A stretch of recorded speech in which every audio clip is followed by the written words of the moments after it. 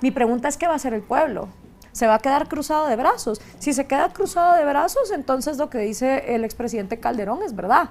Pero si ese pueblo, a través de sus élites y de sus líderes en la prensa, en la academia, en la empresarialidad, incluso en las iglesias, se levanta para decir hasta aquí, pues entonces hasta aquí. La pregunta no es hasta dónde puede llegar este dictador, sino hasta dónde se lo va a permitir una sociedad civil comprometida. ¿Se van a dejar los mexicanos? Esa es la gran pregunta. ¿Dónde está la gente que votó por esa revancha?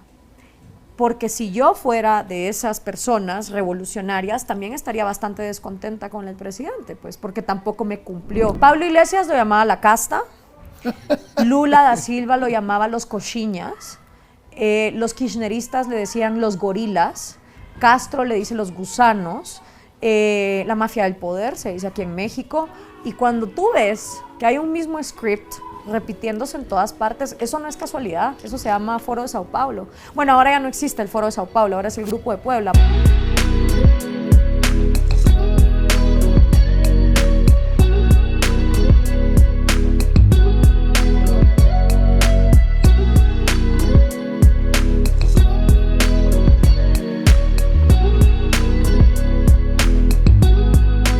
Hola amigos, bienvenidos a un programa más de Platicando con su servidor Carlos Alarraqui, el programa donde aprendemos y conocemos cómo gente ordinaria se ha convertido en gente extraordinaria. Hoy tengo una invitada que muchos de ustedes la conocen o han oído hablar de ella, Gloria Álvarez, es politóloga, es guatemalteca, vive en México desde hace 2-3 años. Una mujer que viaja muchísimo por Latinoamérica dando conferencias, escribe libros, tiene programa de radio, es una chingona, en esencia es maravillosa. Y ustedes ya la conocieron cuando estuvo con nosotros en Desayunando, Comiendo, con Javier, con Ángel y conmigo. Bienvenida, hija. Gracias, Carlos, un gustazo estar aquí otra vez. Otra vez, sí. Gracias. Oye, Glo, ¿por qué te viniste a México?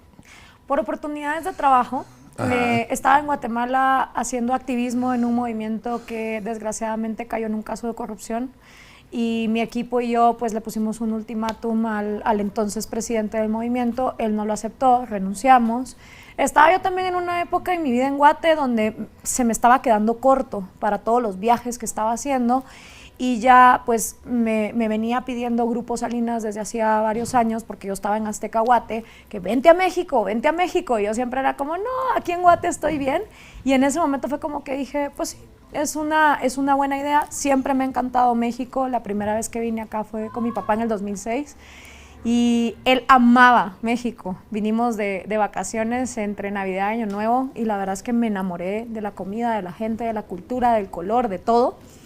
Y tomé la decisión en el 2018 de venirme para acá y no he parado de crecer profesionalmente en México. He ido a Hong Kong, Australia, hablé en el Parlamento de la Unión Europea, no he parado de escribir. O sea que la verdad que muy agradecida de poder estar acá, porque aparte no tengo un contrato de exclusividad, entonces eso me ha permitido pues volar. Yo te presenté en Desayunando Comiendo como una chica de 36 años con un cerebro de 90. Ah, ya le subiste, antes era 66. De 66, con el cerebro de 66, una mujer madurísima. Has estudiado y leído mucho, ¿no? ¿O no? Sí, la verdad es que escogí una carrera que me abrió las puertas mucho a la lectura. O sea, ya desde antes me gustaba leer. Mis abuelos desde chiquita siempre me estaban coleccionando los cuentos que salían en el periódico y así, y siempre me inculcaron mucho el hábito de la lectura, pero la carrera también me lo exigía un montón, y me di cuenta que la lectura es una de las formas más maravillosas de viajar, de conocer otras culturas. Como decía Carl Sagan, es la más maravillosa máquina del tiempo. Puedes estar en cualquier lugar aprendiendo de las lecciones de vida que tienen otros seres humanos para darte, y nos acerca más que alejarnos, ¿no? Entonces, aparte que por la carrera que estudié, empecé a ver a la humanidad como una sola.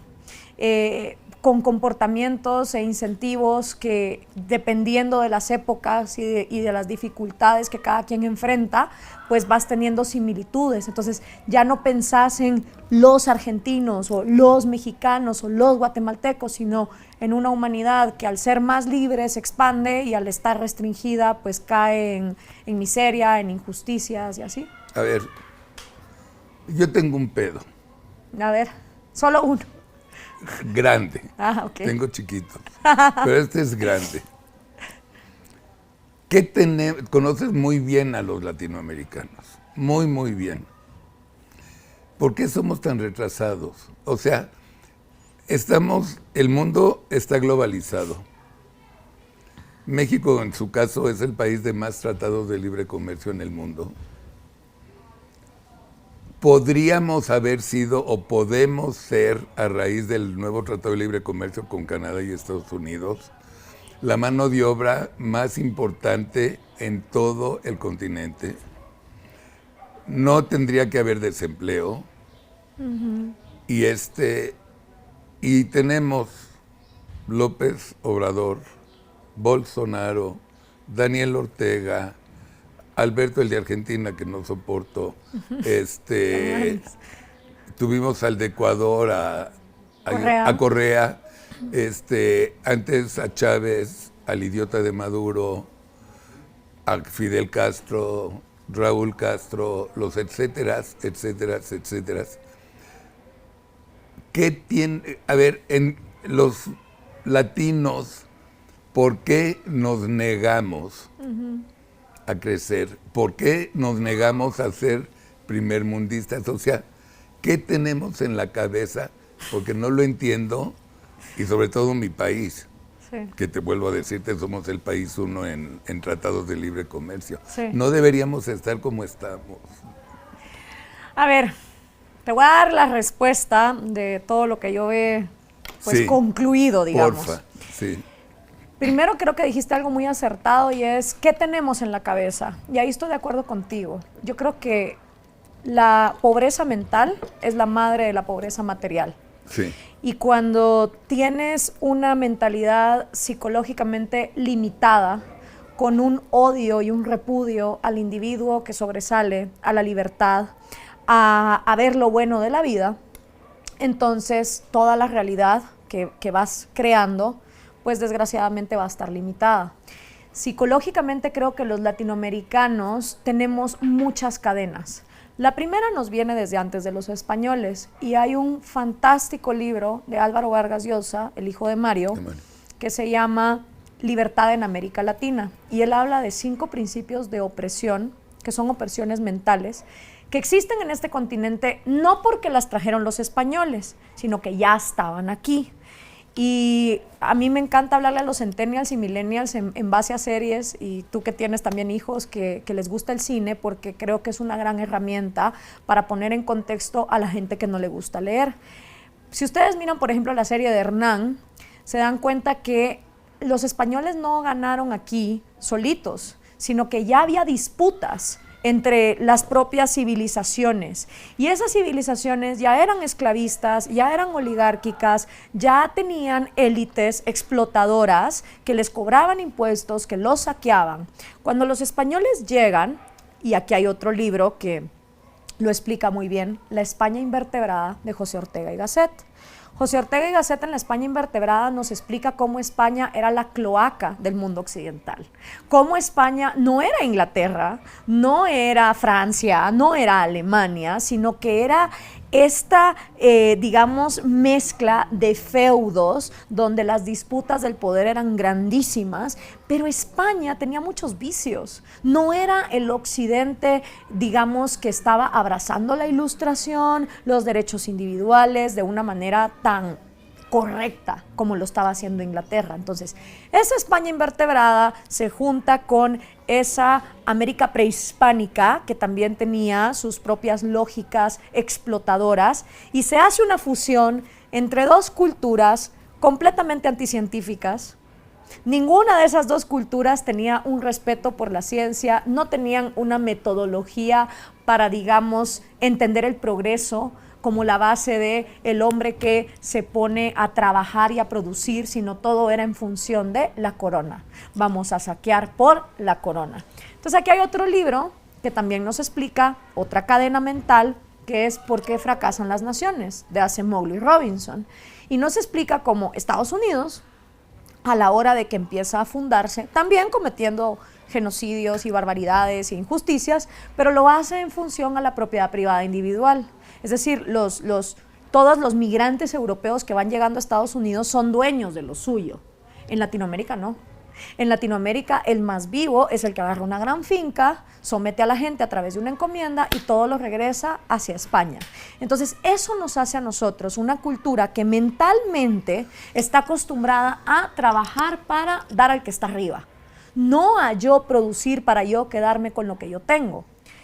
Aparte de eso hay otra cadena mental, y esta es la que a la gente menos le gusta que yo diga, pero es que es la verdad, y es la religiosa, sobre todo de un catolicismo que nos ha enseñado que la pobreza es maravillosa y que mientras más pobre seas en esta vida, mejor, más grande va a ser tu parcela en el cielo, y que mientras más sufras en esta vida, mejor, porque mejor te va a ir del otro lado.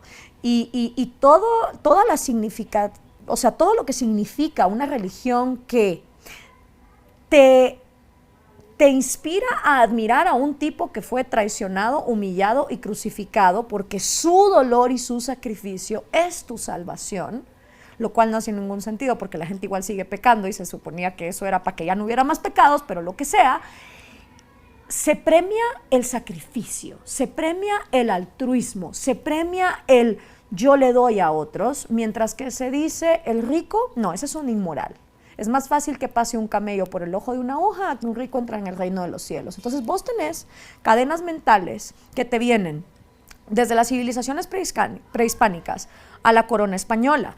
Pero de ahí cuando nos independizamos, que por cierto muchos de nosotros no nos queríamos independizar, como es el caso en mi país, nos llega la noticia de que México se salió y ahora en Guatemala las élites se quedan como, ¿y ahora qué onda? Y nos deja un vacío de poder, una corona española completamente en quiebra, que nos abandonó como una madre prostituta y alcohólica que se quedó sin plata y nos deja a los niños huérfanos como, ¿y ahora qué vamos a hacer? Y esos niños huérfanos nunca se habían cuestionado la institucionalidad. Y los pocos padres fundadores pensantes que teníamos, como José Cecilio del Valle o como Juan Bautista Alberdi en Argentina o José Martí en Cuba, o Simón Bolívar, eran ridiculizados. Eran vistos como tipos que admiraban Inglaterra, admiraban Estados Unidos, pero no se hacían cargo de lo propio. Entonces acá, Latinoamérica se formó con todos los vicios de la civilización occidental y con muy pocas de sus virtudes. Es como que, como dicen los gringos, we want the cake and eat it too. ¿Ya? Los latinos nos quedamos entre Jerez y la frontera, no somos Occidente, pero tampoco somos las civilizaciones amazónicas o las africanas, sino que somos un mix donde queremos los privilegios del mundo global, pero queremos seguir viviendo en las haciendas del siglo XVI. Y esa mentalidad también se forja en el racismo, el clasismo, el machismo. O sea, en mi país, entrado el siglo XX, si tú eras indígena, o sea, si te veías indígena, porque no era como que había tests de ADN tipo 23andMe para saber si eras o no, si tú eras indígena, no tenías acceso a propiedad privada. Y si eras mujer, tampoco. Entonces, si ya de entrada, por tu color de piel, va a venir la ley a discriminarte, lo que vas a crear ahí es una brecha que 100 años después va a tener a una población completamente rezagada, mientras a la otra la va a tener más privilegiada. Lo irónico es que la manera en que queremos solucionar nuestros problemas siempre es más gobierno. El mismo gobierno que nos tuvo sometidos, que por ley nos discriminó. ¿Pero por qué, carajo? ¿Por qué? O sea, masoquismo no. O sea, tú analiza, me da flojera analizar Holanda, por ejemplo. Sí. Creo que estaríamos exagerados. Me da flojera analizar Dinamarca, que ya nos está copiando nuestros hospitales. También me da flojera. Pero pues España, Italia, no andan en problemas tan surrealistas como Latinoamérica. Ahorita. Porque la otra gran fantasía que nos cuentan es que Europa era súper pacífica y súper de progreso. No, pacífica pues, no. O sea, imagínate lo que era un Hitler, un Mussolini. Claro. O sea, yo creo que si a uno le ponen a escoger entre los peores, las Olimpiadas de los dictadores del mundo, ¿con quién te quieres quedar? O sea, China tuvo a Mao. O sea, sí es verdad que el latino tiene estas cadenas mentales, pero tampoco son exclusivas de nosotros. Yo creo que el problema de por qué seguimos recayendo una y otra vez es porque no aprendemos de nuestras lecciones. Si tú vas a Alemania, por ejemplo, y tú caminas en las calles de Berlín, estás enfrentado a monumentos del Holocausto, campos de concentración que están abiertos, plaquitas que te dicen, aquí se quemaron tantos libros en tal fecha. O sea, la historia vive. Sí. El latinoamericano ni termina de entender su historia ya lo está atropellando y encima la estamos reescribiendo a cada rato. Cada vez que llega uno de estos dictadores, pone libros en la primaria diciendo cómo ellos son lo máximo y lo que había antes era una porquería. Se reescriben en la historia. Se reescriben en la historia, entonces nosotros no aprendemos de nuestra historia. Entonces, quien no aprende de su historia está condenado a estarla repitiendo. Y eso es lo que pasa en América Latina. Lo hemos repetido en dictadores en el siglo XIX, ¿no? El general Santana, Juan Manuel Rosas en Argentina, el señor presidente de Miguel Ángel Asturias, que claro, es un premio Nobel, de Manuel Estrada Cabrera. Si vos lees ese libro, es prácticamente la historia de cualquiera de los dictadores del siglo XIX. Sí. Y la otra gran mentira que nos han vendido es que los problemas de México son de los mexicanos y los de Argentina son los de Argentina y los de Perú son los de los peruanos. No, todos somos cortados con la misma tijera. Por eso a mí cuando la gente me dice, qué bruta, ¿cómo entiendes la realidad latina? No es tan difícil, porque cuando te salís de esa visión de caballo, donde te han enseñado que solo tu país te tiene que importar, y te das cuenta que a todos los han tenido cortados con la misma tijera, es más fácil. Y empezás a ver lógicas tristísimas, porque entonces empezás a ver que lo que pasó en Cuba en los años 50 se está repitiendo en Venezuela en los 90, se va a volver a repetir acá. Entonces empezás a ver todo como un tablero de ajedrez, donde quien no ha aprendido en socialismo ajeno lo vuelve a repetir. Hace 2 semanas, no es cierto, la semana pasada, tuvimos al presidente Calderón desayunando aquí. Una de parte de la conversación duró 2 horas el desayuno. En vivo también lo hicimos. Él jura que si gana la mayoría absoluta morena, entramos en una época dictatorial. ¿Cuál es tu visión? Mira, si los mexicanos se quedan de brazos cruzados diciéndole al señor, pase adelante, reescriba la Constitución, haga lo que le dé la gana, sí. Entonces, sí lo ves. El assessment, sí lo ves. Sí. O sea, es que la buena y la mala noticia es que depende de los mexicanos. Claro. Entonces, a mí no me preocupa tanto lo que los dictadores hagan. A mí lo que me ocupa es qué está haciendo la gente. Porque no es solo de llegar al poder y hacer lo que te dé la gana. Mira cuántas barbaridades quiso hacer Donald Trump y la Corte Suprema de Justicia de Estados Unidos le dijo, no señor, porque hay una institucionalidad que te lo prohíbe. Entonces, a mí no es de que yo dude de los delirios dictatoriales de los populistas latinoamericanos. No, me quedan clarísimos que los tipos van a por reescribir la Constitución, acabar con la propiedad privada, eso lo tengo claro. Mi pregunta es, ¿qué va a hacer el pueblo? ¿Se va a quedar cruzado de brazos? Si se queda cruzado de brazos, entonces lo que dice el expresidente Calderón es verdad. Pero si ese pueblo, a través de sus élites y de sus líderes, en la prensa, en la academia, en la empresarialidad, incluso en las iglesias, se levanta para decir hasta aquí, pues entonces hasta aquí. Hasta un pueblo letárgico como el guatemalteco en el 2015 salió a las calles hasta hacer que renunciara Pérez Molina y Roxana Valletti. Lo hizo. Y lo hicimos. Pero con el apoyo del ejército. Con el apoyo del ejército, con el apoyo, ¿por qué? Porque se tiene que levantar la gente. O sea, si todo el mundo se queda cruzado de brazos, por supuesto que un Hitler o cualquiera arrasa con tu nación. Entonces la pregunta no es hasta dónde puede llegar este dictador, sino hasta dónde se lo va a permitir una sociedad civil comprometida. ¿Se van a dejar los mexicanos? Esa es la gran pregunta. Y no solo con López Obrador, es que es con cualquiera que llegue al poder. ¿Te imaginabas un México así hace 2 años y medio, casi 3? Mira, la verdad hubiera podido siempre todo ser peor, porque cuando ves el nivel de destrucción en otros países de América Latina y te das cuenta de lo rápido que puede ser, decís, ok, hay cosas que no están tan mal. México ahorita podría estar con una hiperinflación espantosa, con una crisis migratoria peor que la que tiene. Que está terrible, ¿eh? Está terrible. Está terrible, pero siento que... De Guatemala y Salvador están viniendo, sí, pero como locos. Sí, y eso también te indica que la gente que, por ejemplo, admira a Nayib Bukele en El Salvador, ¿y entonces qué está pasando? Que tanta gente se está queriendo venir para acá y migrar para arriba. Pero mi punto es, podría ser peor, sí, y creo que ese fue también un error de quienes quisieron usar la falacia de digamos, la aproximación apresurada, de decir, si gana AMLO al día siguiente esto va a ser Caracas y va a haber escasez. No. Entonces, no creo. Ridiculizaron y caricaturizaron el problema a tal punto de que cuando no pasaron las cosas tan dramáticas como las quisieron vender de una forma muy infantil, entonces la gente perdió el miedo. ¿De qué? De lo que hubiera podido pasar. Y ahora que pasa de una manera gradual, o que pasa en una, digamos, destrucción institucional, tal vez no ves la preocupación, porque yo también me pregunto, ¿dónde está toda la gente que votó por AMLO con la esperanza de que hubiera expropiaciones al día siguiente? Pero de que hubiera así, no sé, redadas en Polanco y en las lomas de Chapultepec sacando a la gente de su casa. No. ¿Dónde está la gente que votó por esa revancha?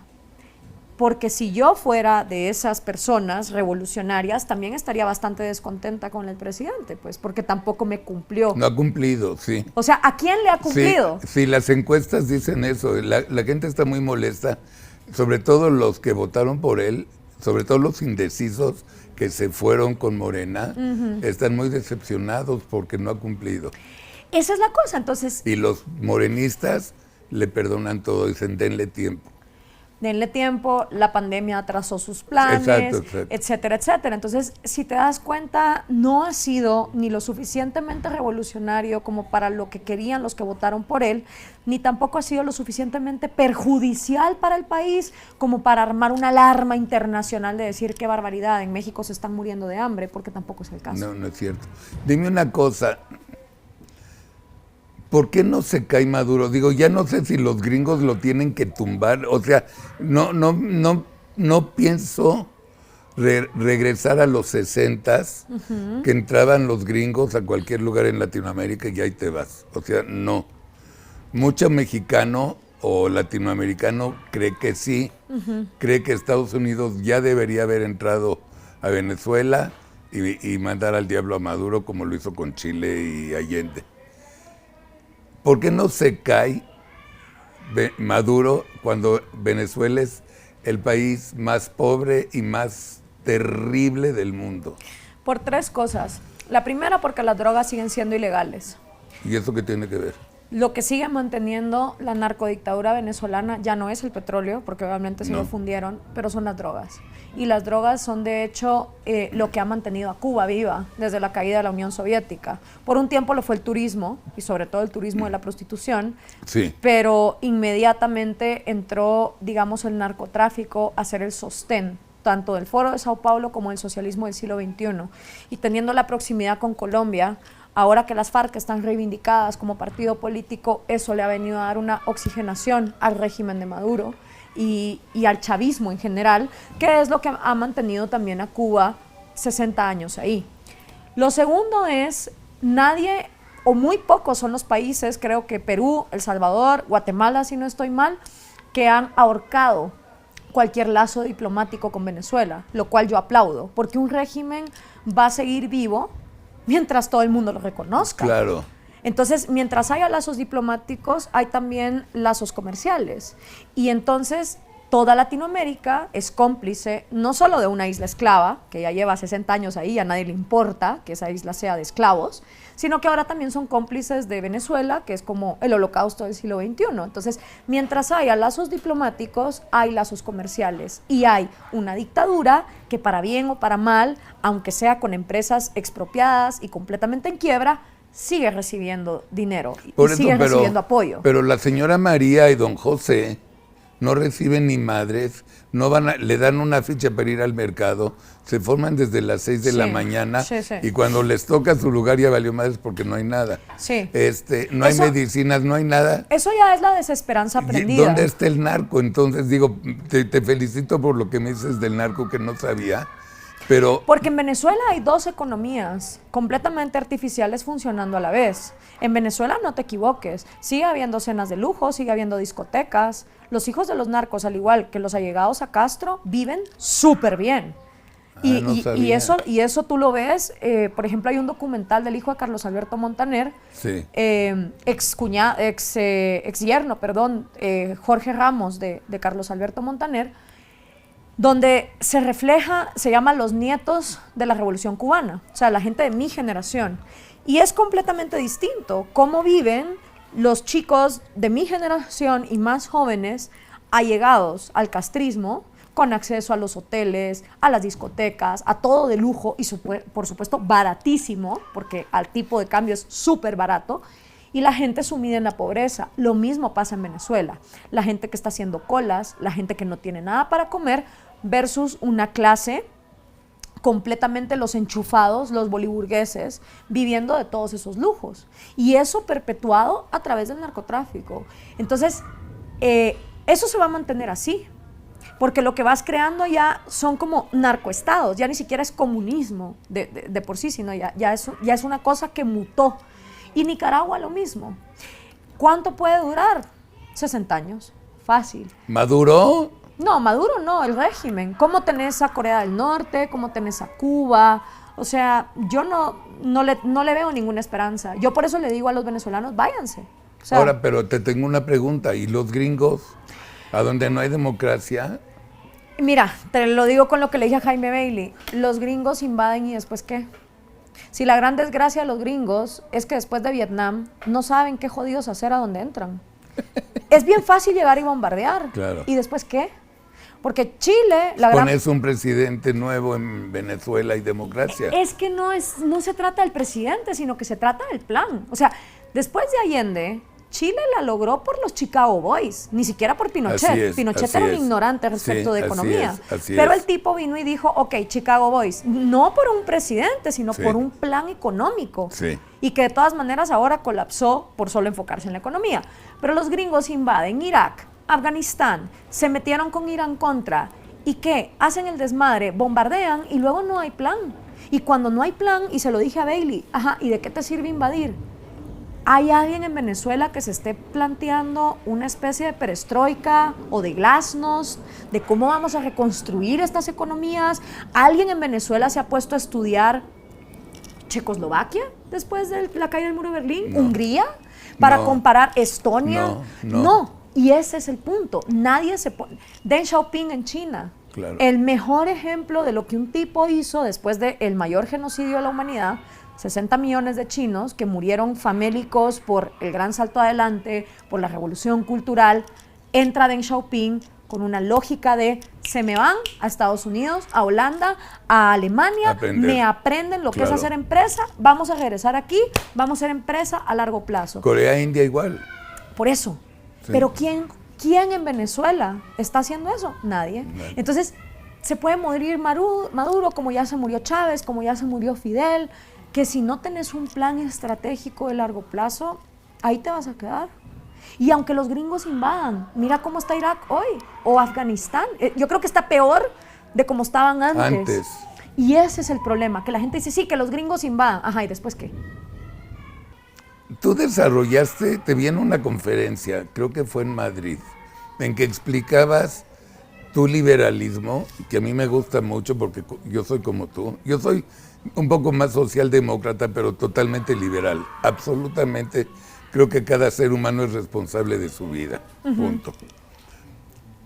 Me gustó mucho tus comparaciones del populismo con el liberalismo. Creo que lo hiciste en Madrid, en una cosa de Austria o no sé qué. ¿Te acuerdas? Puede ser el Centro Austriaco de Economía, Ahí. Puede ser también España, y es que varias veces he dado esa conferencia, comparando el populismo y comparando la república y las diferencias. ¿Estamos en populismo nosotros? Si no, ¿para qué te hago hablar? La mayoría de países en Latinoamérica, sí. Sí. Entonces, el liberalismo que vas a hacer, poner ahorita en contraste, no existe. Tal vez existe en la manera de vida de diferentes personas, en su manera de actuar, sobre todo en los mercados informales, en las decisiones individuales que voluntariamente se dan, en decir, sobrevivo con lo que tengo y voy adelante. O sea, vas a encontrar más liberalismo en la sociedad civil, apolítica, sobreviviendo y viviendo como puede, y vas a encontrar más lógicas populistas mientras más te acercas a los gobiernos, al poder o a quienes quieren ese poder, porque nuestro problema en América Latina es que no solo los gobernantes son populistas, sino que entonces los partidos que quieren ese poder dicen, ah, pues yo también hago populismo, porque está súper fácil ganar así elecciones.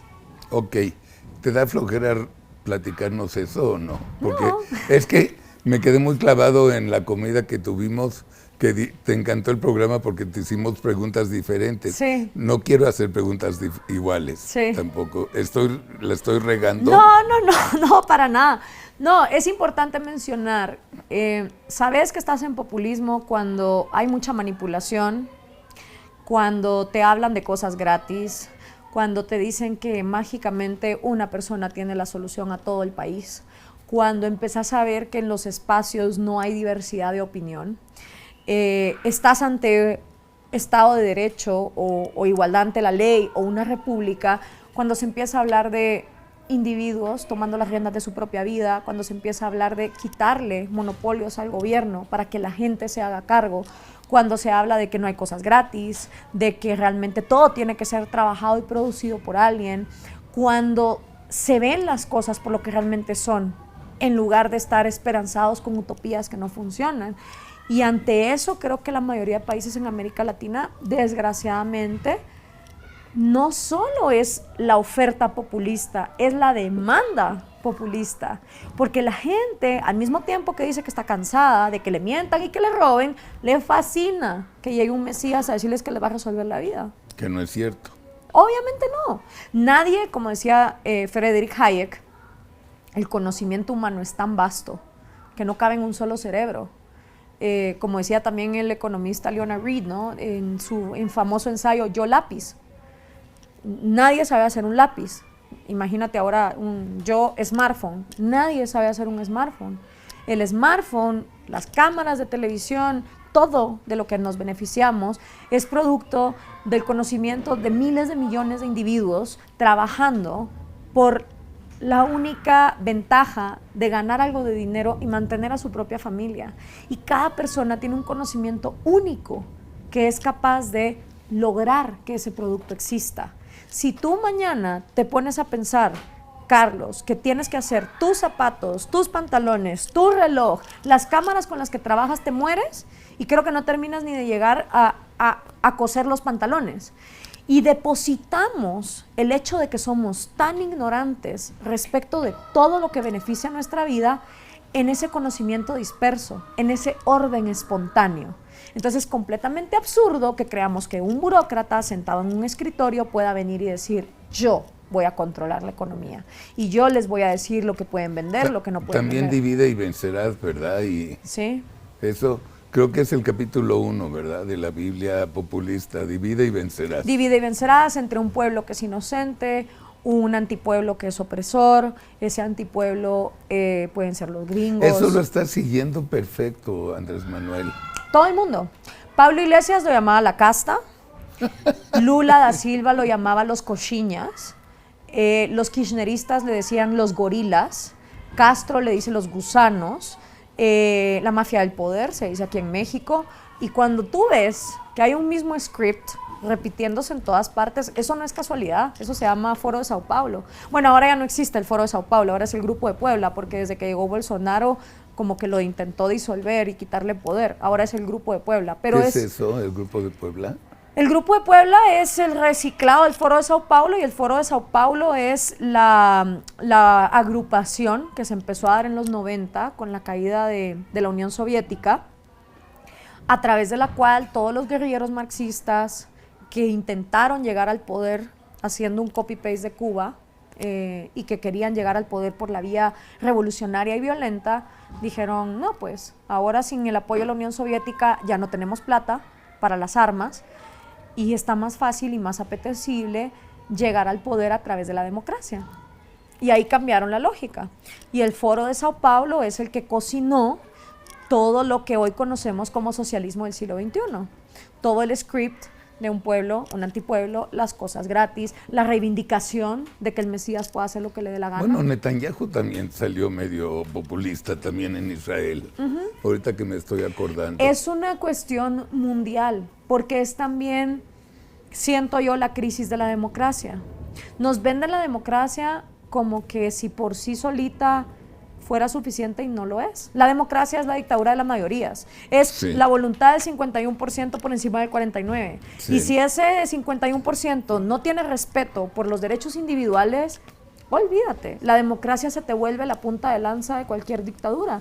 Porque si un montón de gente, tú le dices que se expropie, sí, que se expropie. Ah, lo quiere la mayoría, genial. Por voluntad democrática, expropiado, encarcelado, censurado, asesinado. Pero, por ejemplo, en lo del aeropuerto en México, ¿no? Que fue la consulta.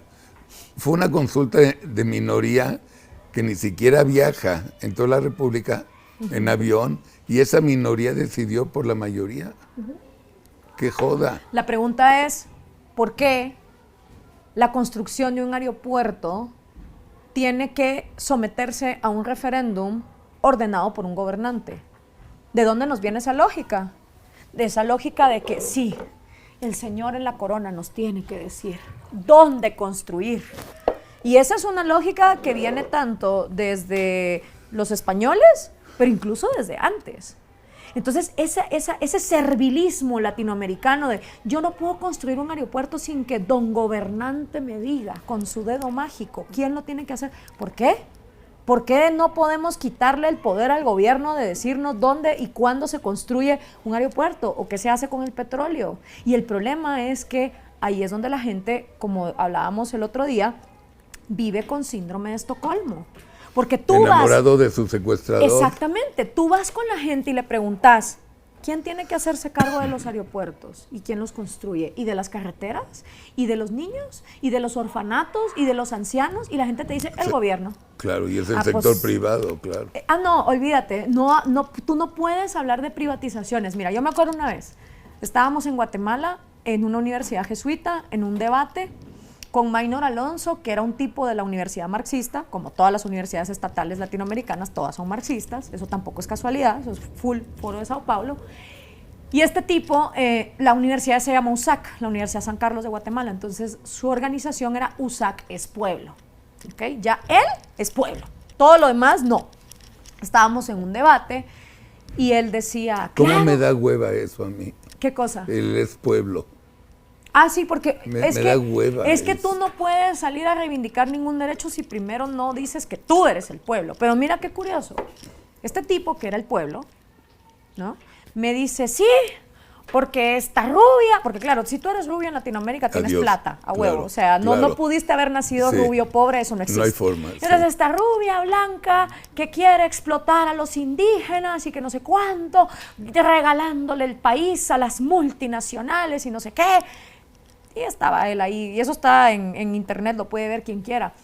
Y ya vengo yo y le digo, ok, mi propuesta para esas poblaciones indígenas es que cuando venga la minera o la hidroeléctrica o la telefónica o quien sea que llegue y quiera poner una empresa, consulte con ellos, siendo ellos los dueños de la tierra, y que sean los propios indígenas los que decidan bajo qué términos y condiciones dejan entrar a la minera, a la hidroeléctrica, y si no la quieren dejar entrar, no la dejan entrar.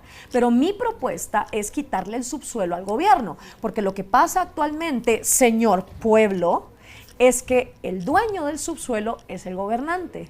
El gobernante se sienta con la minera, con la hidroeléctrica, negocian y pactan, joden a la población indígena que vive ahí, y esa población indígena no tiene voz ni voto.